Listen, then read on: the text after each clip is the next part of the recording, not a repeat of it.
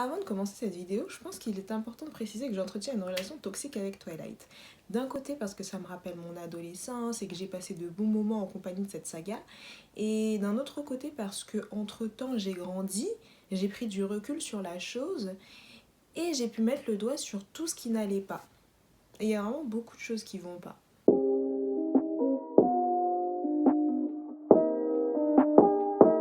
Salut tout le monde, j'espère que vous allez bien. Moi je suis trop contente de vous retrouver avec cette vidéo qui, comme le nom l'indique, sera sur Midnight Sun. Je suis vraiment trop impatiente de vous partager tous les commentaires que j'ai eus parce que dès que j'ai terminé de lire Midnight Sun, je me suis dit mais il faut trop que je vous en parle parce que j'ai trop de choses à dire.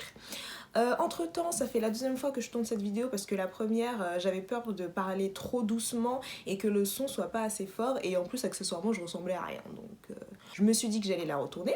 C'est pour ça que j'ai pas la même coupe, mais dans les prochaines vidéos j'aurai la même coupe qu'avant et après je vais rechanger de coupe. Enfin bon, un peu compliqué, n'y faites pas trop attention. Je voulais juste préciser que cette vidéo va sûrement contenir des spoilers, si on peut appeler ça spoilers étant donné que l'histoire est pas vraiment nouvelle, mais oui, elle va quand même contenir des spoilers.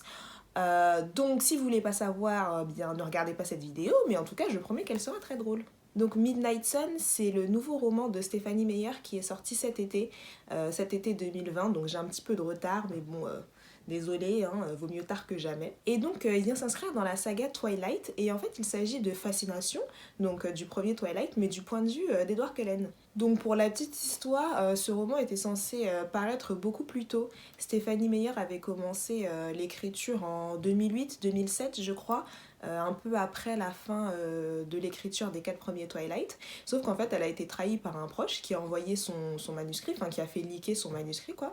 Et donc son manuscrit qui n'était pas édité, qui n'était pas corrigé, a fini sur le net. Donc ce manuscrit a fuité et je crois que c'était les 5 ou 6 premiers chapitres, enfin en gros une grosse partie quoi qui était sortie, et t'avais des milliers de personnes qui avaient pu le lire, et donc bah elle a été totalement dégoûtée et elle a dit qu'elle continuera pas l'écriture et qu'elle le sortira pas maintenant. Ce que j'arrive à comprendre parce que franchement quand t'investis autant de travail dans une œuvre et qu'après on leak ton manuscrit, c'est pas facile quoi, ça fait un peu mal. Quoi qu'il en soit, moi j'étais tombée sur un exemplaire, j'avais même pas essayé de le chercher, hein, mais c'était pas en 2008, c'était peut-être en 2011 ou quelque chose comme ça, ou même peut-être même après, mais le temps qu'ils réussissent à enlever tous les exemplaires, et puis de toute façon il faut ratisser tout internet, donc je sais même pas si c'est possible de réussir à tout enlever. Et j'étais tombée sur un exemplaire, j'avais même pas essayé de le chercher, hein, il était venu à moi comme ça sur une page Facebook, c'était des espèces de photos du manuscrit, et donc j'avais lu le premier chapitre il me semble, et je m'étais dit ah mais c'est sympa tout de même, c'est une bonne idée, franchement, mais du coup il n'y avait pas la suite, donc j'étais un peu dégoûtée, enfin dégoûtée, pas vraiment, mais je m'étais dit que c'était une bonne idée. Et donc, quand j'ai su qu'elle avait enfin sorti le fameux roman, je me suis dit, mais il faut absolument que je le lise, parce que ça veut dire qu'on va apprendre des trucs nouveaux sur les Cullen et sur Edward. Donc je me suis dit, allez, c'est parti. Je sais pas si vous vous rappelez, quand Twilight est sorti, mais c'était l'effervescence. C'était le livre qu'il fallait avoir lu, c'était le livre tendance. En plus, ça s'inscrivait en plein dans la tendance des vampires, parce qu'à cette époque-là, je sais pas si vous vous rappelez, mais c'était très tout ce qui était surnaturel, vampire, loup-garou. Et donc tout le monde ne parlait que de ça. Et moi je les avais pas lus. Et en fait j'avais des copines qui les avaient lus et qui étaient à fond dessus. Et à chaque fois que je sortais avec elles, elles faisaient que de m'en parler et tout. Et elles étaient un peu en mode quoi? T'as pas lu les livres?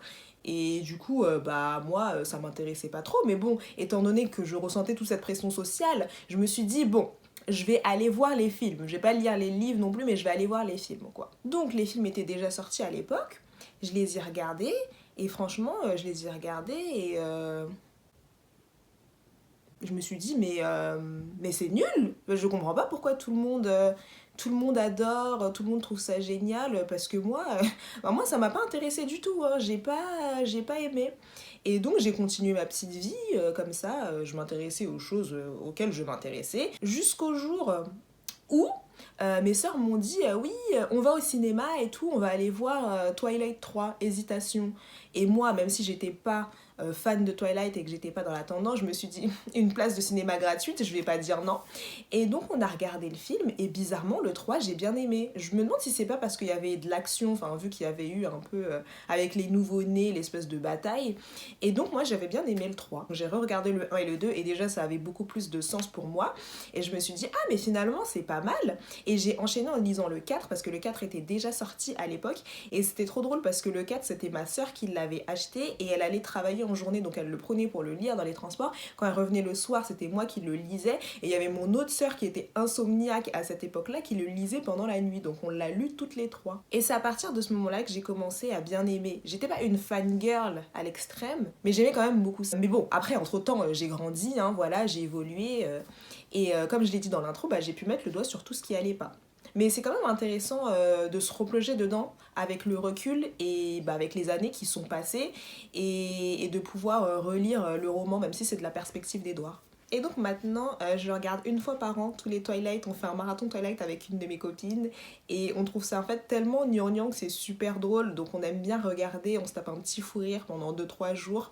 Et voilà, ça ravive des vibes de l'adolescence. J'admets que pour me parler du livre, ça aurait été plus simple de l'avoir sous format papier et de vous le montrer. Mais étant donné qu'il est absolument hors de question que je donne de l'argent à Stephanie Meyer, eh bien je ne l'ai pas. Donc je vais m'expliquer un peu plus sur les raisons pour lesquelles je ne veux pas donner de l'argent à cette autrice. C'est tout simplement parce que c'est une personne qui est quand même assez problématique. Récemment, on a eu des révélations de la part de la réalisatrice de Twilight 1, Catherine Hardwicke, je crois, quelque chose comme ça. Bon, je sais plus. Mais en tout cas, on a eu des révélations de sa part. Et en gros, elle disait que pour le premier film, elle voulait caster des gens, elle voulait prendre des gens un peu plus diversifiés. Enfin, elle voulait un cast un peu plus diversifié, quoi, pour incarner les personnages.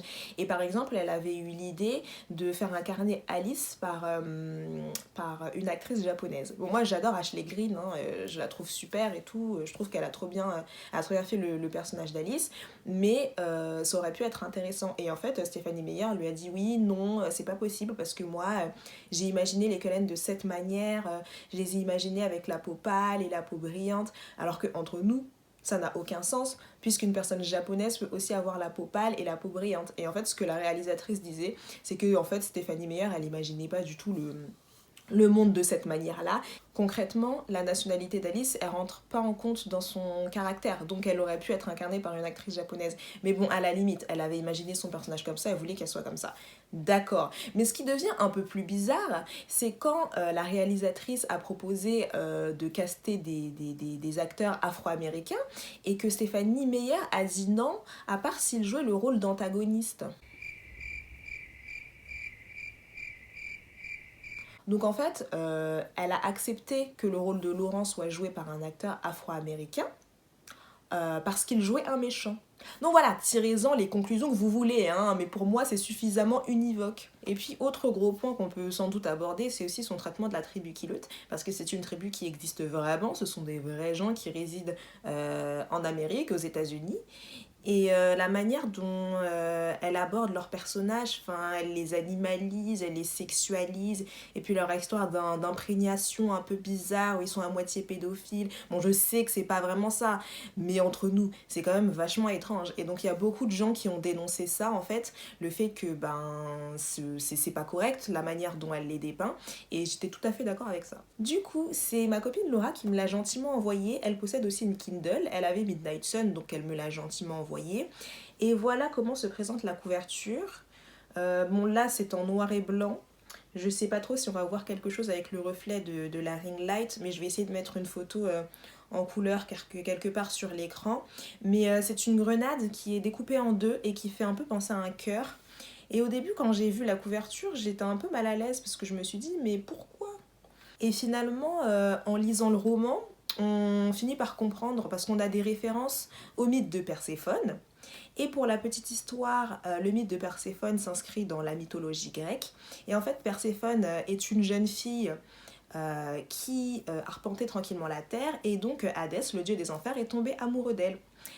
Tout en sachant que Perséphone est la fille de Zeus et que Hadès est le frère de Zeus, donc une petite touche d'inceste, on adore hein, dans la mythologie grecque. Et puis, en fait, il l'a enlevée et il l'a emmenée avec elle aux enfers. Et elle a mangé des grains de grenade, et à partir du moment où elle a mangé ces grains de grenade, bah, elle était liée à Hadès et elle était liée aux enfers. En fait, donc entre guillemets, elle était condamnée. Et en fait, Édouard arrête pas de faire des références à ce mythe, parce que pour lui, Bella est Perséphone, et à chaque fois qu'elle se rapproche un peu plus de lui, ben, elle est de plus en plus condamnée aux enfers, et lui est Hadès.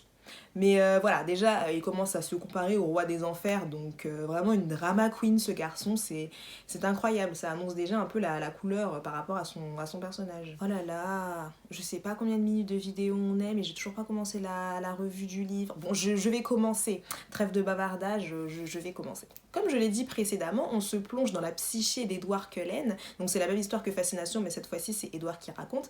Édouard Dixit, le mec le plus chiant du monde, enfin c'est incroyable, hein. Lui et Bella, ils vont vraiment super bien ensemble. Pour le coup, c'est des âmes sœurs puissance 100. Mais attendez, je vais juste vous lire la première phrase du premier chapitre, parce que ça en dit long déjà sur sa personnalité. Et je vais encore lire d'hyper près parce que j'ai encore pas mes lunettes. C'était le moment de la journée où je regrettais plus que jamais de ne pouvoir dormir.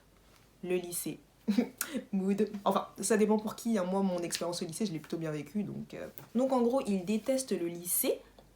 Il déteste les humains, enfin il les déteste pas, mais il les apprécie pas particulièrement, il les trouve superficiels et vains, ce que j'arrive à comprendre parce qu'il lit dans leurs pensées, il a un flot de pensées comme ça qu'il assaillit toute la journée et qu'il doit essayer d'ignorer. Donc les humains c'est pas sa passion et il déteste le lycée, mais bien évidemment il est lycéen parce que sinon ce ne serait pas drôle. C'est vraiment un truc que j'ai jamais compris avec les vampires. Vous êtes immortels, vous êtes beaux, vous êtes riche, vous avez en théorie des dizaines et des dizaines, même des milliers de possibilités dans la vie, mais vous revenez dans le lycée du coin. Mais pourquoi? Pourquoi? Enfin, je sais pas, il y a des tas d'autres possibilités dans la vie. Aller à la fac, voyager, faire autre chose quoi. Enfin bon, après, chacun ses choix, hein. Qui suis-je pour juger? Et c'est donc dans ce premier chapitre qu'on a la fameuse scène de la rencontre. Vous savez la scène où Bella pénètre dans la pièce, dans la salle de biologie, et il y a ses cheveux qui volent au vent, et il y a Edouard qui est en mode et elle est en mode mais est-ce que je pue? Enfin je sais pas, pourtant je me suis lavé les cheveux ce matin. Et en fait on apprend que lui, il est super choqué parce que son odeur est tellement forte que c'est comme une vague qui lui a été envoyée en pleine figure. Et déjà que c'est suffisamment dur, même après des années et des années d'exercice, même si ça devient plus difficile, ça devient de plus en plus facile de résister au sang humain, elle, son odeur, c'est trop pour lui en fait. Et en fait, il raconte comment est-ce qu'il a prévu de la tuer, comment est-ce qu'il a prévu de neutraliser les 18 autres personnes dans la pièce qui seront des dommages collatéraux mais qu'il ne peut pas laisser s'enfuir parce que sinon ils vont aller raconter ce qu'ils ont vu. Comment est-ce qu'il va faire ceci, cela. Enfin vraiment il est au bout de sa vie parce que pour lui, enfin, c'est pas possible de résister, l'appel de son sang est beaucoup trop fort quoi. Mais une des seules choses qui le fait tenir, c'est de penser à Carlyle. Carlyle, vraiment un des meilleurs personnages, je l'aime beaucoup trop.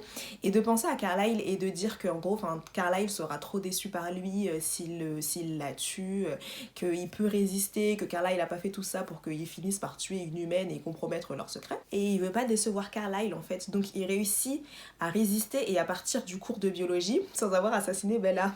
Et moi qui avais toujours voulu savoir ce qui s'était passé quand il était parti, parce qu'il part pendant quelques jours et Bella se demande où il est et il y a que les Cullen qui sont là et qui la regardent bizarrement parce qu'ils savent que c'est quelque chose qui a un rapport avec elle. Et en fait il est parti voir ses cousines du clan de Nali et on apprend donc que Tania avait des vues sur lui et qu'elle aurait bien voulu qu'ils se mettent en couple, mais lui évidemment personne n'est assez bien pour lui donc c'est pas possible. Et finalement il revient parce qu'il est tellement orgueilleux qu'il se dit mais je vais pas laisser une humaine changer, bouleverser toute ma vie, mettre en danger ma famille et tout, c'est pas possible, je suis beaucoup plus fort que ça. Et il finit par revenir et à dompter sa soif de sang, plus ou moins. Ouais, plus ou moins. Édouard revient, il est décidé à faire connaissance avec Bella, à pas trop non plus la laisser s'approcher, à pas trop non plus s'approcher d'elle, mais voilà, il se dit que s'il la connaît mieux, il aura de moins en moins envie de la tuer. Ça marche plus ou moins, ouais, on va dire ça comme ça. Et donc c'est là qu'arrive la fameuse scène du fourgon. Vous savez, quand il y a le fourgon, enfin la voiture de Tyler qui dérape sur le verglas, et évidemment qui se tient au milieu du passage, Isabella Swan. Et donc t'as Edward qui se dit mais je veux pas la laisser mourir et tout. Et là il traverse le parking et il écrase le fourgon. En gros il empêche la collision, il empêche que Bella meure. Et là il y a tous les Cullen qui sont trop énervés et on a leur version en fait parce que dans le film, je sais pas si vous vous rappelez, mais on les voit, ils sont tous super outrés de ce que Edward vient de faire parce qu'il a compromis le secret. Et en fait, on a les réactions du point de vue d'Edward et ils sont trop énervés parce qu'ils se disent mais t'as compromis notre secret, elle a bien vu ce que t'as fait, elle a vu que t'avais une force surhumaine, nous on fait comment? Et il y a Rosalie qui est là, oui, moi j'ai pas envie de déménager, on est arrivé il y a pas longtemps. Rosalie, je l'aime vraiment trop. Enfin, dans ce tome, du point de vue d'Edouard, elle est vraiment trop drôle parce qu'elle passe sa vie à critiquer Edouard, à insulter Bella et Edouard et à ronchonner. Donc, je l'aime vraiment trop. C'est vraiment une queen. Pas autant qu'Alice, mais c'est vraiment une queen. Et c'est à ce moment-là qu'il y a Alice qui intervient et qui dit, je cite deux points, ouvrez les guillemets, un jour j'aimerais Bella Jazz. Je t'en voudrais énormément si tu ne l'épargnais pas. Là là, je sais pas pourquoi je rigole, mais en soi c'est super drôle parce qu'il y a tous ses frères et sœurs qui sont en train de faire un plan de guerre pour aller assassiner une humaine qui est gênante et j'arrive à les comprendre parce qu'en soi elle n'a aucune valeur à leurs yeux. Et il y a Alice qui arrive et qui fait oui j'ai une vision, bah là ça va devenir ma meilleure amie donc en fait vous la tuez pas, vous la touchez pas. Et c'est juste trop drôle.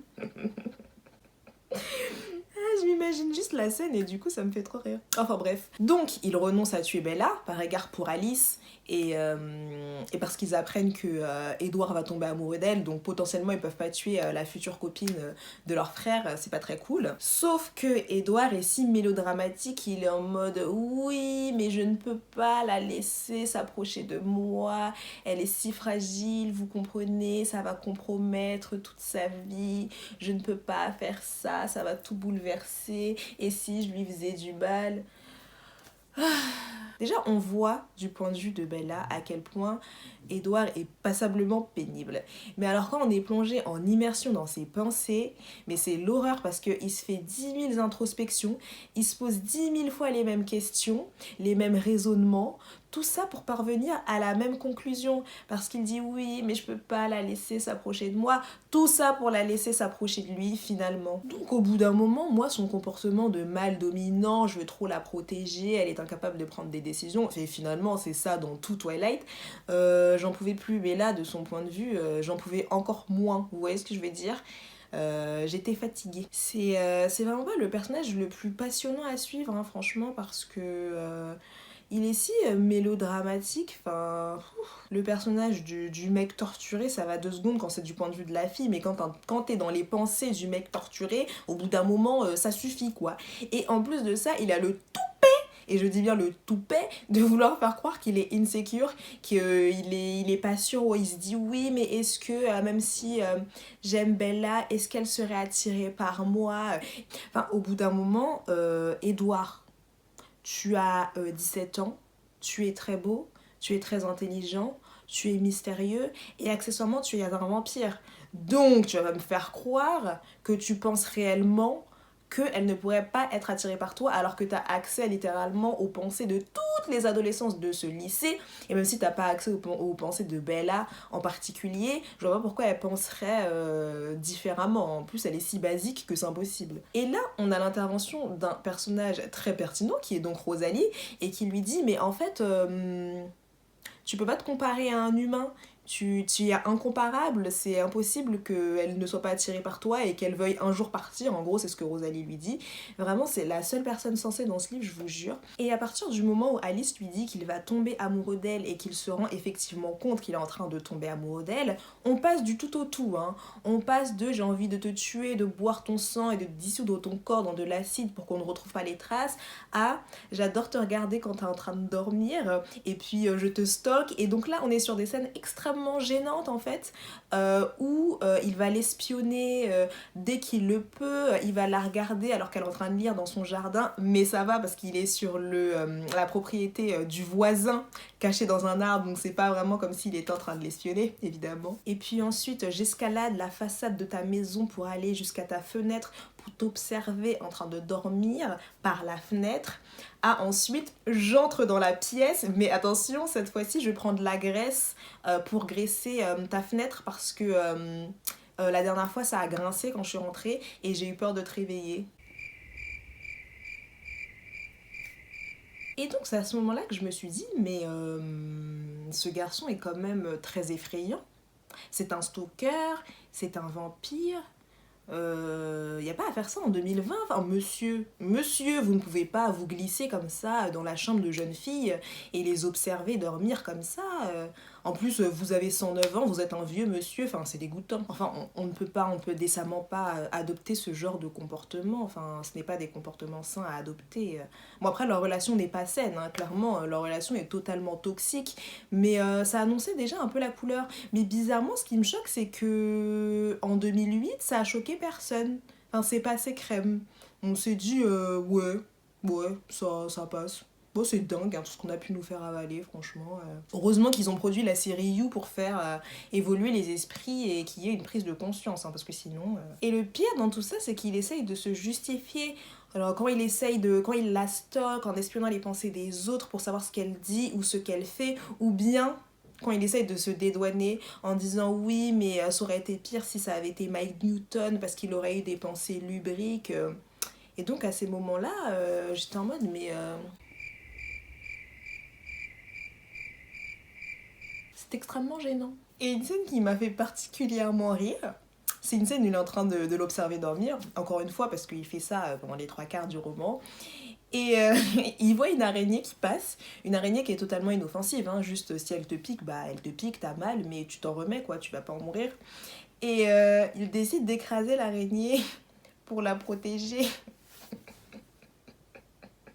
Et là je me suis dit, mais y a rien qui va. Et donc la scène qui va tout changer, mais qui va vraiment tout changer pour Edouard, et qui va faire en sorte que le soleil redevienne éclatant, que la vie reprenne enfin un sens, c'est quand Edouard est en train de regarder Bella dormir, encore, et qu'elle marmonne qu'elle a pas envie qu'il parte et qu'elle l'aime.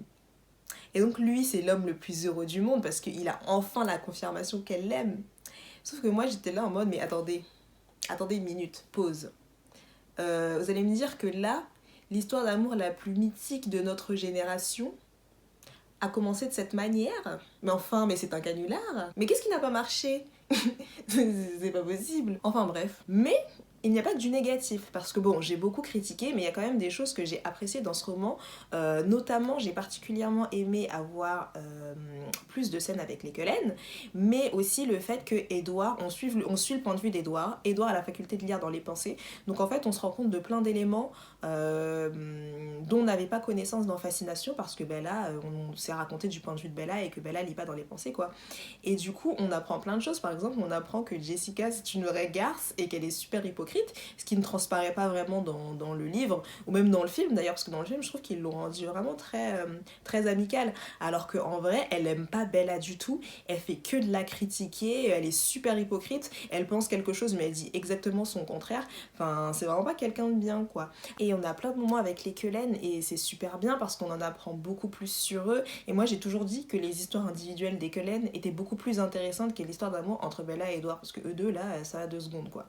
Et on en apprend beaucoup par exemple sur Carlyle, déjà qu'on avait beaucoup parlé de lui dans Fascination, mais là particulièrement plus parce qu'il a passé plein d'années juste seul avec Edward, et on apprend un peu plus comment il est, comment était sa vie avant qu'il soit transformé, comment il s'est comporté avec Edward, et vraiment on se rend compte que ce personnage est vraiment génial, enfin moi je l'aime trop, c'est vraiment un personnage au cœur pur, quoi, enfin c'est un ange vampire, il est beaucoup trop génial, je l'aime vraiment beaucoup. Autre point positif, la fin du roman. Enfin, à partir de la scène de baseball, vous savez, la scène mythique avec les Cullen qui sont en train de jouer au baseball et avec Muse qui passe dans le fond, vraiment cette scène, j'aime trop. A cultural reset. Moi, je m'étais toujours posé la question, je m'étais toujours demandé comment les nomades, donc James, Victoria et Laurent, ne s'étaient pas rendus compte de prime abord que Bella était inhumaine parce que ben, ça saute quand même aux yeux quand les Cullens sont en ligne.